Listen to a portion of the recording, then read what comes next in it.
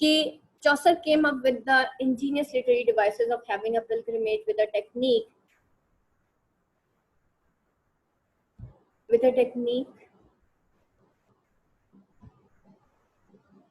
that allowed him to bring together a diverse group of people in Decameron. All the characters belonged to the same class. Thus, Chaucer's narrator represent a wide spectrum of society with various ranks and occupation. और इस तरह चौसर का जो narrator है वो represent करता है एक wide spectrum of society with various ranks, जिसके various ranks होते हैं, occupations होते हैं, from the distinguished and noble knight. We descend through the pious abbess, the prioress and honorable clerk, the rich landowner, the franklin, the worldly and crude wife, and on down the scale to low, the vulgar miller and carpenter and the corrupt gardener. ठीक है, ये सारे characters थे इस Canterbury tales के अंदर. अब देखते हैं कि क्या हुआ था. अब असल कहानी स्टार्ट होती है कि एट द टबर्थ and the narrator joins a company of 29 pilgrims. Narrator कौन है? चौसर है और वो 29 pilgrims की एक company join करते हैं. The pilgrim, like the narrator, are traveling to the shrine of martyr Saint Thomas Becket in Canterbury. और जो pilgrims होते हैं like narrator, उनमें से एक मतलब pilgrim चौसर खुद भी होता है जो कि narrator होता है, वो travel करते हैं to the shrine of martyr Saint Thomas Becket in Canterbury. कि वो थॉमस बैकेट के श्राइन के ऊपर जो है वो जा रहे होते हैं. यानी कि पिलग्रिम कहते हैं, हम कहते हैं ना हम हज करने जा रहे हैं तो हम पिलग्रिमेज पे जा रहे हैं. किसी भी रिलीजियस जो है उस पे जाना, मकाम के ऊपर जाना, उसको हम कहते हैं कि ये जो है हम पिलग्रिमेज पे जा रहे हैं. ठीक है, तो उनका पिलग्रिमेज पे वो ये होता है. उसके बाद जो है और सेंट जो है सेंट थॉमस बैकेट, इनके बारे में मैंने आपको बताया था कि इनको जो है उस वक्त की अथॉरिटी ने जो है किल कर दिया था क्योंकि इन्होंने जो है रिलीजियन के लिए काम किया था और फिर इनको उस वक्त के बादशाह ने किल कर दिया था, जिसकी वजह से इनको बहुत ज़्यादा लोग जानते हैं. और यहाँ पे भी सेम वही कॉन्सेप्ट है कि जी हम जा रहे हैं तो हमें बहुत ज़्यादा कुछ बरकतें मिलेंगी, कुछ फजीलतें मिलेंगी. अगर उनके श्राइन पे जाएंगे तो शायद जो बीमार लोग होते हैं वो भी ठीक हो जाते हैं. तो आप जब देखेंगे, आप इनके स्टार्टिंग में ही देखेंगे कि तो कुछ लोगों ने गार्लैंड्स पकड़े हुए होते हैं, कुछ ने हाथों में तस्बीहात पकड़ी होती हैं, कुछ ने कुछ. तो ये सारा व्यू आपको यहाँ पे देखने को मिलेगा. अब वन बाय वन एक शॉर्ट समरी देख लेते हैं इन सारे कैरेक्टर्स की. नंबर 1, सबसे पहले the narrator gives a description of 27 of these pilgrims, including, for example, narrator यानी कि चौसर ने 27 pilgrims की जो है वो description दी है, including, for example, the knight. ठीक है, knight जो है इसके कुछ यहाँ पे मेजर ट्रेट्स हैं, वो एक दफा देख लीजिएगा ताकि आप लोगों को थोड़ा सा समझ आ जाए. Knight, perfect and genteel man who loved truth, freedom and honor, the most socially prominent person on the journey. The battles he fought were all religious wars of some nature. Rich and powerful, rising middle class, well dressed, no one would tell he was deeply in debt. ठीक है, sorry ये merchant है. Night के बारे में कहा जाता है या लिखा हुआ है आपकी बुक के अंदर कि वो परफेक्ट एंड जेंटील मैन है जो कि who love truth, freedom and honour, और the most socially prominent person on the journey. और ये जर्नी में मोस्ट सोशली प्रोमिनेंट था क्योंकि इसने बैटल फॉट की हुई थी और he fought were all religious wars of some nature, और कुछ religious wars भी. ये जब हम इसका टेक्स्ट पढ़ेंगे तो मजीद इसका क्लियर हो जाएगा. उसके बाद है the merchant, rich and powerful, rising middle class, well dressed, no one would tell he was deeply in debt. कहने को वो मर्चेंट था, ठीक है, ताजिर था, बड़ा उसने अच्छा ड्रेस पहना हुआ था, लेकिन कोई ये अंदाजा नहीं लगा सकता था कि वो बहुत ज्यादा he is deeply in debt. यानी कि he was that was also an hypocritical character. उसके बाद द क्लर्क है, student at Oxford, extremely thin और on a thin horse, he wears worn clothes and he is one of the most admired people in the group of pilgrims. वो student था Oxford में, extremely thin thin on thin horse था, ठीक है, यानी कि एक थिन हॉर्स के ऊपर एक क्लर्क था जो कि स्टूडेंट था ऑक्सफोर्ड के ऊपर, हर वक्त किताबें पढ़ता रहता था, अपने कपड़ों पे, जूतों पे या खाने पे पैसे नहीं लगाता था, किस पे पैसे लगाता था, सिर्फ जो है अपनी किताबों पे पैसे लगाता था, और उसने फटे हुए कपड़े पहने होते थे, and he is one of the most admired people in the group of pilgrims, और उसको वहां पे बहुत ज्यादा एडमायर किया जाता था। नेक्स्ट देख लेते हैं और कौन कौन थे उस पिलग्रिम में, सॉरी पिलग्रिमेज में, उन पिलग्रिम्स में से बाकी पिलग्रिम्स कौन से थे। The physician, he knows astronomy and something of nature and nothing of the Bible. कहने का वो फिजिशियन था, लेकिन उसको क्या क्या पता था एस्ट्रोनॉमी के बारे में, and something of nature, nature के बारे में भी उसको पता था, but nothing of the Bible, लेकिन बाइबल के बारे में उसको कुछ पता नहीं था। Made a lot of money during the plague, और ड्यूरिंग प्लेग जब टाउन की बीमारी फैल गई थी तो उसने अच्छा खासा पैसा कमा लिया था। ही लव्स गोल्ड, और वो गोल्ड से मोहब्बत करता था, यानी कि बहुत लालची इंसान था। नेक्स्ट है जनाब द पार्सन, ये भी रिलीजियस कैरेक्टर था। He is poor but rich in holy thoughts, religious था लेकिन हाइपोक्रिटिकल नहीं था, और he is poor but rich in holy thoughts and works, live the perfect life first and then teach a true Christian priest. उसके बाद है man of law. Man of law कौन था? He is an able lawyer, makes people think that he is busier wiser than he is, ठीक है, man of the law था, जैसे हमारे आजकल के वकील होते हैं, ये भी कुछ इसी तरह का था, और इतना बिजी नहीं होता था लेकिन शो ये करता था कि बहुत बिजी है। उसके बाद है द पार्डनर।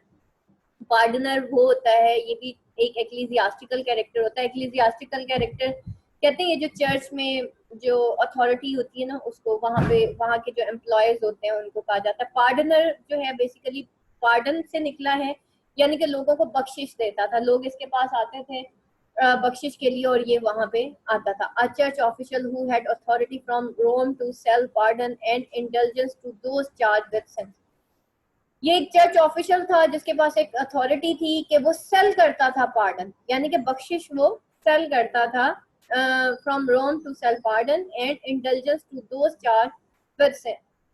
आपको पता है ना वो पॉप ऑफ द रोम, ठीक है, मेन चर्च जो है, जो कैथोलिक चर्च है वो रोम में ही है, और रोम में एक चर्च अथॉरिटी उसको बहुत ज्यादा मतलब एक समझा जाता है कि अच्छा जी ये बहुत ज्यादा मतलब इन्फ्लुएंशियल है, ये जो इनकी अथॉरिटी है, तो वो वहां से सेल करता था अपनी pardon and indulgence to those charged with sins, और जो उनको मतलब और ज्यादा चार्ज करता था जो कि सेंस करते थे। One of the most corrupt of the churchman, और ये बहुत ज्यादा करप्ट था ये चर्चमैन।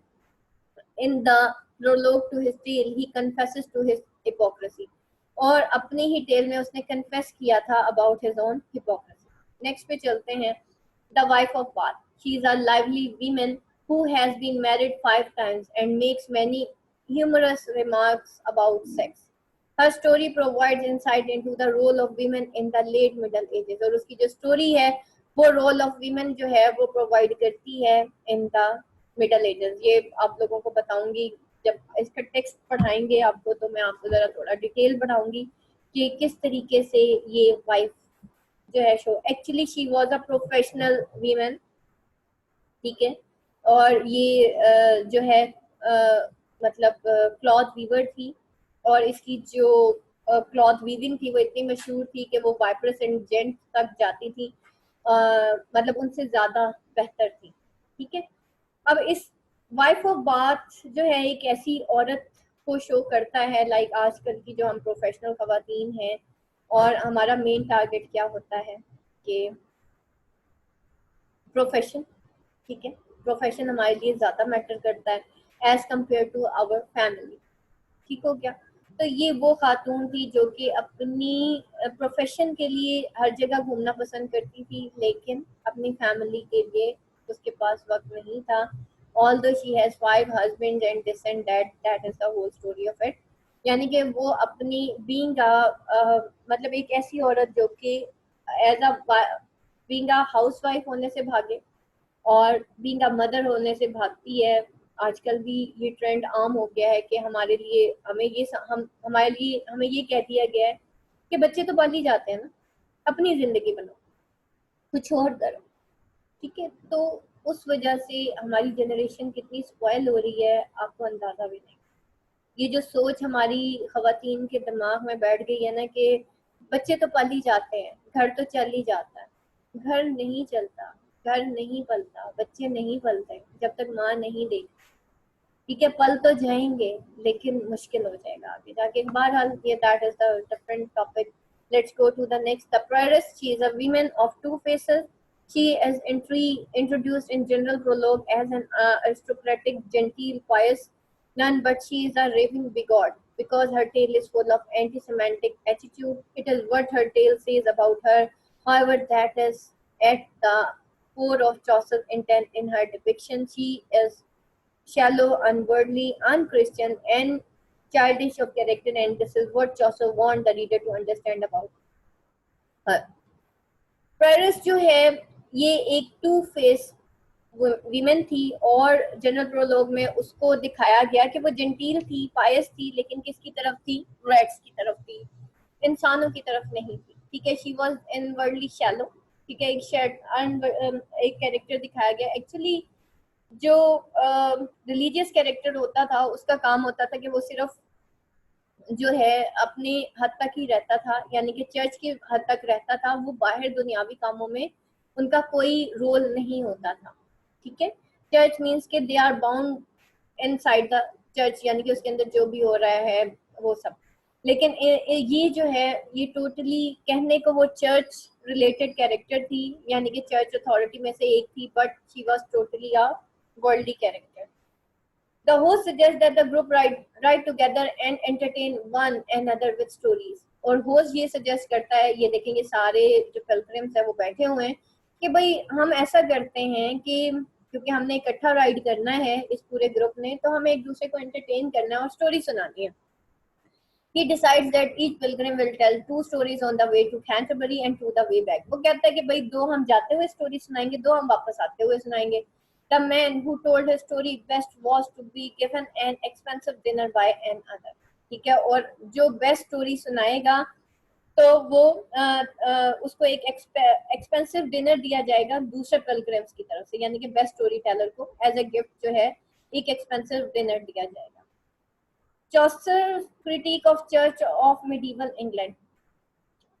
ठीक है, अब उसने मिडीवल इंग्लैंड के चर्च के ऊपर क्या क्रिटिक की वो भी देख लेते हैं. He provides the reader with a picture of a disorganized Christian society in the state of decline and obsolescence. He draws an ironic portrait of the Paris and presents direct portraitures of the monk, the friar, the summoner, and the partner. The description of an ideal person in turn serves to indicate the sins of average priest in the 14th century. His ironic praise of prioress affectations, classical beauty, and attachment to worldly concern only serves to highlight her inappropriateness as the head of a religion convent.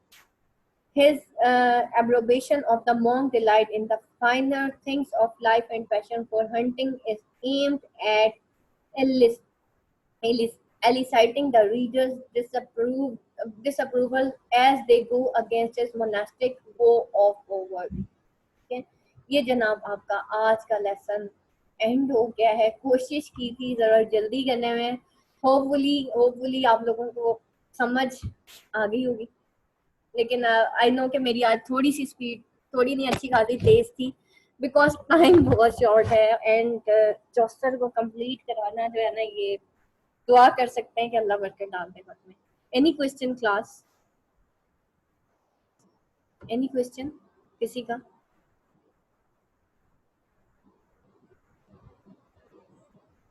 अस्मा आपका तो syllabus complete नहीं हो गया?